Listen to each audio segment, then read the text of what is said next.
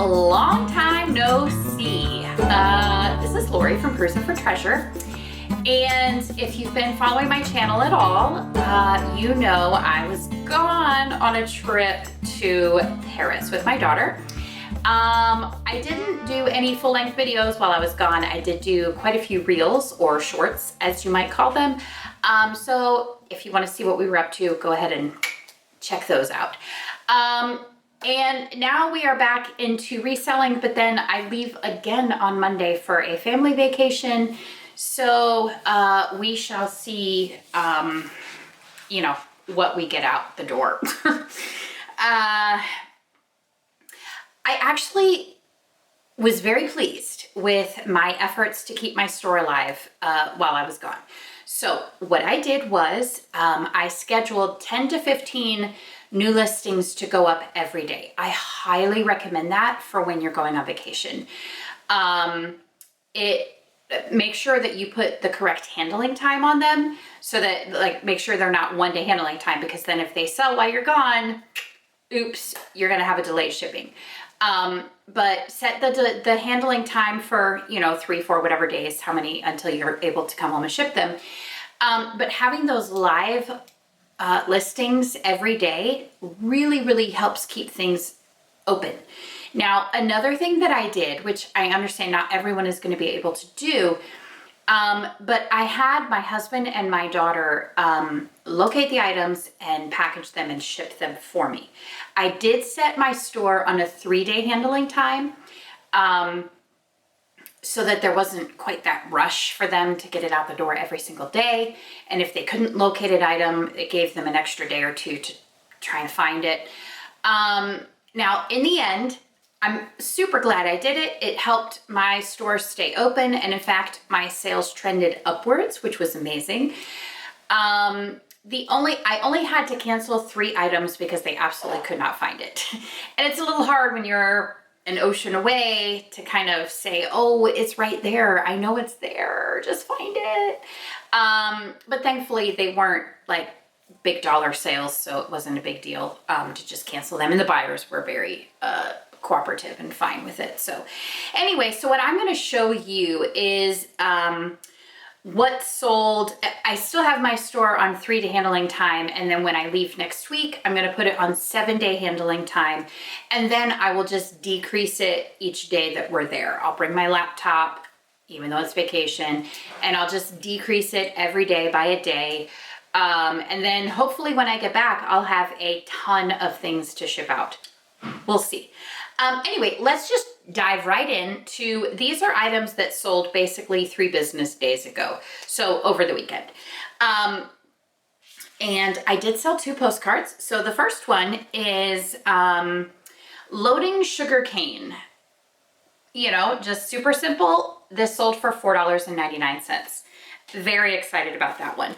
And then the next one is a Vegas showgirl.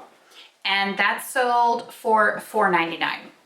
So $10 in postcards that take me literally no time at all to photograph, list, ship. It's super awesome. Okay, next is I sold 2 plush, which is awesome because plush is not a category that moves very quickly for me at all. This is a Gund Lionel teddy bear with a tag on it.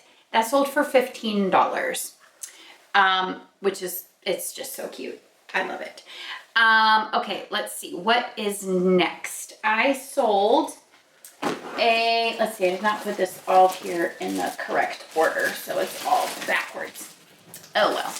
I sold a Goosebumps book, which this is the 3rd Goosebumps book that I've sold since when I was gone. So I don't know. This sold for $4, so not a huge seller. Definitely don't go out. Typically, I try to list them in lots, but I don't know. I guess at one point I decided to break up the lot and list them all separately, and who knows. Anyway, let's see. Where did that little tiny thing go? Here it is. This is a Safari LTD. They do like the little plastic toys. It's a road runner. It's a super tiny little guy. He sold for $7.50. which I got a lot of these from like a bag at Savers or Goodwill or something. And then I just sold them individually. And the reason I did that is, number one, it's super easy to photograph, list, and ship, okay? And then number two, it's entirely possible that if I were to sell them all together in one lot, number one, I'm not gonna make as much money because I can't charge $7.50 per item in a lot. It's just not gonna sell for that much. And then number two, some people only want one item to complete their collection or their diorama or whatever they're looking to do. They don't want the whole lot. So it's, you know, kind of a give and take. I'm still reworking how I'm gonna handle all of that moving forward, but right now we're just getting through our traveling season, then we'll readdress. Let's see, here's another item that's sold. Absolutely be on the lookout for these. This is a Jeep Wrangler repair manual that sold for $9. And just keep in mind, when I'm on vacation, I am not in the mood to dicker back and forth with people about prices. And so I'm quite happy to accept somewhat lower offers. Now, if it's an offensive offer, no. But I am quite happy to give significant discounts because it just helps keep my store active at a time when I'm not, you know, there to kind of nurse it. Okay, here's another great sale. This is absolutely a bolo. If I can find it, where did it go? Here it is. Tiki mugs, definitely. You do want to look them up because not every tiki mug is worth a ton of money. But this is from the Lanai in San Mateo, California. It's a triple tiki mask barrel mug, and it sold for $100. And with this one, I did have it priced, I think, at $125, but I've had it for a little while, and I believe it was in my watch list, and so, like, someone had put it in their watch list. So I sent an offer for $100, and they accepted and bought it. Next, if you watch my pickup and coffee shows, you will have seen when I picked these up, they were in an online auction lot, and they sold full price, $22.50. They are Mickey Mouse Crocs, thongs or flip-flops, whatever you call them, and sold full price for $22.50. Now, this is another item that was on my pickup and coffee show at some point, and I got these at Savers. So usually we stop at a thrift store and then I do a haul of that as well. I got two of these absolutely amazingly gorgeous dooney and bourke bags. So beautiful. I already sold the lilac one. That sold while I was gone, and then this one as well. And this sold for $110. Now, I did pay up for them. I paid $32 each, but I knew they would sell for over $100, and they sure enough did. I haven't done the calculations on this one yet, but on the other bag, I cleared $70 in profit. So it was absolutely worth it. That is after all fees, shipping, and cost of goods. So it was totally worth it to pick that up. Next, that sold, this took a while to sell. Southern Tide, these are shorts, size 30. They sold full price for $24.50. I've actually been a little surprised at how few shorts I'm selling right now. Typically, I've done pretty well selling shorts.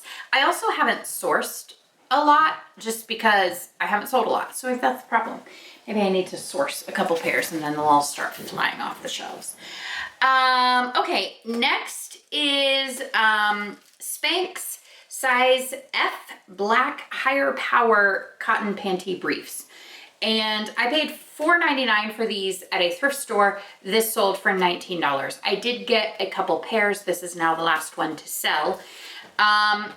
And this is one of those things. They had a ton of these at this thrift store. And I briefly thought about buying them all, but the sell-through rate was just not good. And to tie up that much money for, you know, not as much profit, but in hindsight, maybe I should have bought them all because, I mean, they sold fairly decently and quickly. So anyway, you live and learn. Okay, this is a vintage Dimensions cross stitch kit, brand new in the package from 1990, and that sold for $14. Typically, I pick these up in auction lots or at a thrift store, but I don't like to pay more than $1 or $2 because you just don't, some of them are worth a lot and some of them are not worth a lot. So typically, I don't like to pay. I will pay up if they are obviously worth something, but generally speaking, I don't like to pay a ton of money. Although they hit all of my categories. They're easy to photograph, easy to list, and easy to ship. So on stuff like that, I am fine taking a little bit less of a profit. Anyway, here's the other plush that sold, and this is Jellycat. His name is Finley, and he sold for $30. I sent an offer for $30. I think I had him priced at $40. And a fun fact, when we were in Paris, we took the Eurostar train over to London for the day.